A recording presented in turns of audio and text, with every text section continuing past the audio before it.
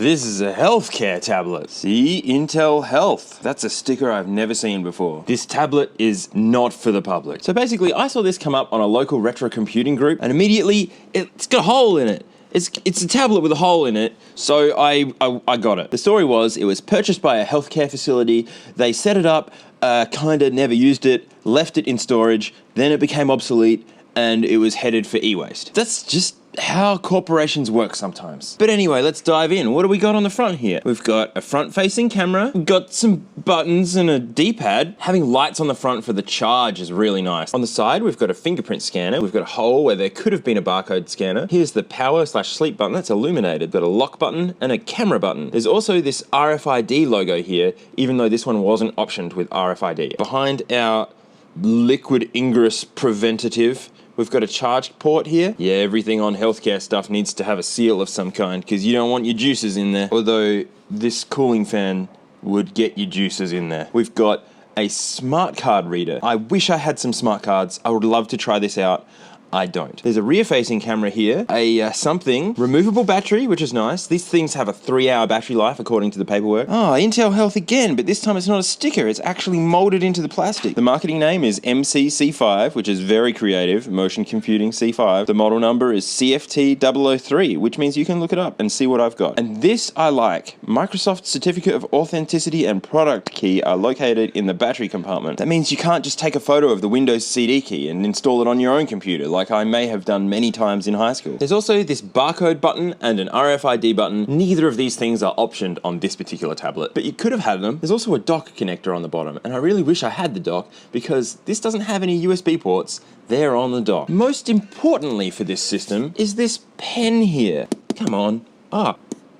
I found a gesture. Let me see. I want to try this. I'm getting distracted. This is not the order of this video. I don't want to be introduced to Microsoft Edge. I'm fine not knowing Microsoft Edge. I don't want to help Microsoft. Why can't I unhelp Microsoft? Okay, go away.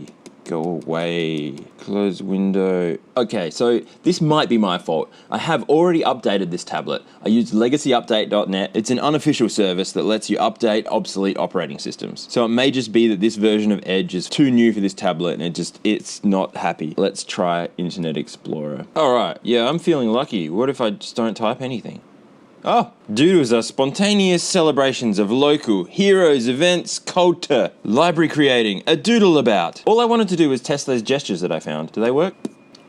Hey, they do. So now that we've finished that tangent, I want to show you this pen. This screen is really special. It's a touch screen, but you can't touch it with your fingers. It just does nothing. And even though this pen has no batteries in it, the screen somehow knows when you bring it close, and it will bring up this dot to show where you're pointing. To click on something, you just touch the screen, and that counts as holding down the mouse button. It even has this button on the side for right click. Without the pen touching the screen at all, as soon as you press that button, a little circle comes up around the cursor to show you that you're holding it. Then once you click, that's a right click. I had to look up how this worked because I've never seen this before. The only thing similar that I'd seen is the Sega Pico, but that has a cable coming out of the pen, so that's powered. This type of screen actually uses electromagnetic resonance. The pen is powered by an electromagnetic field being generated by a sensor behind the screen. So it's not entirely magic, although it kind of feels like it.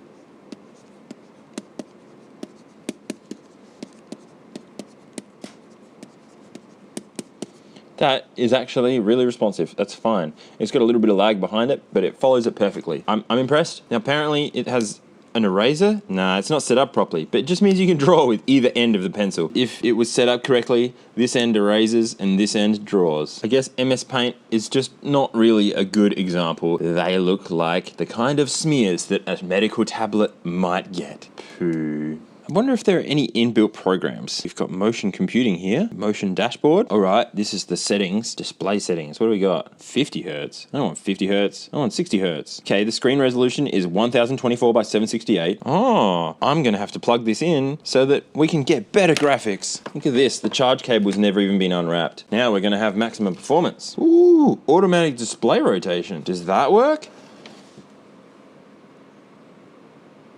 It does! We can automatic this way. What about that way? Yeah. Alright, okay. Hey, settle down. There's also this pen input here. Let me try that. YouTube. youtube.com. Youth Brecon. Maybe we'll just use the keyboard. Can you imagine doctors writing on this thing and trying to understand that? Yeah. Well, this guy's got a cool channel. Have you seen it? If you haven't seen this guy's channel, you should definitely check out this guy's channel.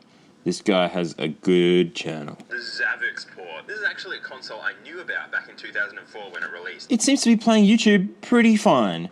The frame rate on the screen is okay. The volume is kind of adequate. I thought it was going to be way quieter. It's playing fine. Windows 7 did a lot of resisting, but we're going to do some gaming. I have managed to get Minecraft on here. First, I'd like to look at the system information to see what specs we're actually dealing with here. So we got Windows 7 Professional, which is sadly no longer supported. I really liked this operating system, but it's pretty old now. It's also the 32-bit version, which makes things harder again because everything nowadays wants to run on 64-bit. It's got a 1.33 gigahertz i3 CPU. It's a dual core. Would have been alright in its day, not so much today. 2 gig of RAM, which is not great. We've got Intel HD graphics built into the CPU. Not good. It's almost as if hospitals weren't planning to play any games on this thing. I had to install a really old version that still supported 32-bit, and hopefully it's gonna work now. Hey, those graphics don't look good. Video settings. Let's just turn it all up to the top and see if it can do it. Unlimited frame rates. Yeah, full screen on. What's thinking? Oh, it says it's not responding. Oh. Ah, it worked. This thing is actually really hot. I think it's just from me installing Minecraft. What is happening? Why am I dying? I can't see anything. It's dark and I'm dying. I drowned. I spawned underwater. That's not fair. I'm gonna create a new world. That one sucks. Oh no. Because it thinks that my pen is a mouse, unless I'm pointing it directly at the middle of the screen, I can't do anything. I also can't move. Do these arrows do anything? No. Oh, it's WASD. That's why I can't do anything, isn't it? I mined a thing. I'm digging a hole. It's spinning in circles. What a terrible, terrible experience. This key here is a function key. It changes what these things do. So far, I haven't found any combinations that I can actually... what have I done? Rotated the screen. There are no combinations of any of these buttons which are actually assignable in game. I can jump with the middle button, and I can mine by tapping the screen, but it also changes where I'm looking. This works so badly. My goodness. I give up. This is terrible. This stupid tablet thing doesn't have USB, but it does have Bluetooth, and I've got this cheap, nasty Bluetooth controller thing here. Are we doing it? Are we Bluetoothing? Oh dear. Oh. Damn, that's my Mac Mini. So, no Bluetooth keyboard support. My Mac Mini can see it. It's called Bluetooth device, but this can't see it. This is actually the second Bluetooth keyboard that I've tried to connect to this. The other one didn't show up either. No keyboard, no mouse, except for this terrible experience of a mouse. I'm not playing Minecraft because you can't. Well, what about Bluetooth controller support? Oh, yes! This could fix everything, except for not having a keyboard or a proper mouse. What? You just went doo-doo, and now Bluetooth is not there anymore. Well, the Switch SNES controller maybe, and it is coming up, though that doesn't give me a lot of hope yet, because the PlayStation controller came up too. No, don't install the Bing bar with DirectX. I hate that. Installing any kind of toolbar. You Microsoft. Yeah, I hate it. So far, my gaming experience with this healthcare tablet is missing dependencies and not enough controls. I'm really hoping that I can get something fun playing on this. Oh, it's working. I just opened up a SNES emulator because it's a SNES controller and I wanted to open up something that had an input tester where I could see if the buttons are working, and it's working. Is this gonna work? Yes! It sounds a bit choppy. It's a little bit choppy. It's not the greatest. I was hoping it'd be a bit smoother than this so that it would actually be useful for something.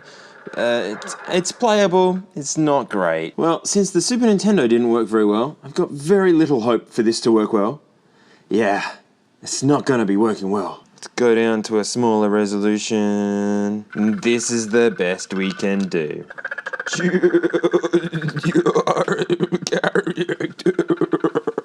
It's not even registering my button presses. It's just going so slow. I have to hold the buttons for longer. I won. Okay, so that is not a good experience. This thing's designed to be used around bad experiences, but I didn't think it was supposed to supply the bad experiences. Let's see if taking it apart is a bad experience.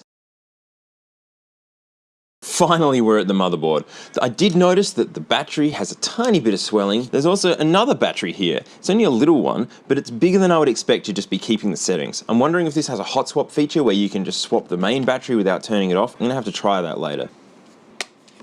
No. Down here we've got a 64 gig solid state hard drive, which reminds me a lot of the old PCMCIA form factor, except it isn't. It looks like it's got a SATA connector here, but then I don't recognize this power connector.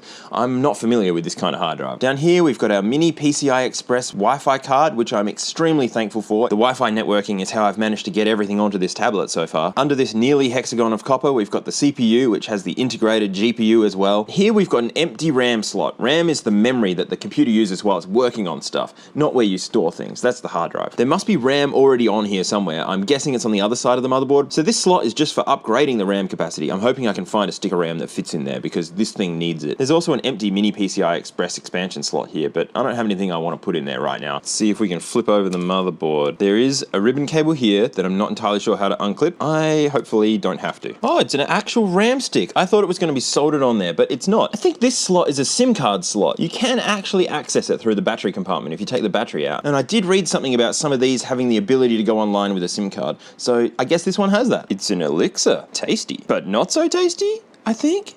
A Kingston. I've got another 2 gig of RAM here. I can upgrade this to 4 gig. New RAM, except for it's old. So before I put it back together, I am going to plug it in. It's got a USB port in here. There's no USB port. Whoa.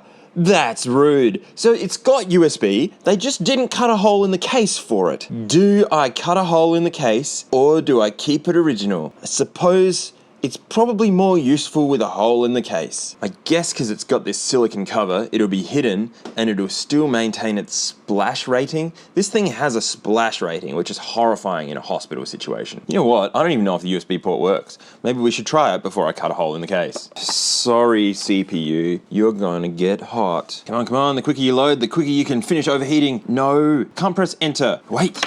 Maybe I can. I guess I'm checking the USB ports earlier than I thought. With keyboard. Plug that in. Oh yeah, it's a virgin USB port. Come on, I need to choose. Yeah, I've got a keyboard. I've got a keyboard, finally. Oh, you don't know how much this makes me happy. Ah, this is gonna be so much better. Okay, stop overheating. This can go back together. I just need to cut a hole now. I do want to actually do a good job of this. So I'm marking where the power port is, then where I need to cut. And when I say an actually good job, I'm still not gonna measure anything. So it's probably not going to be that good of a job.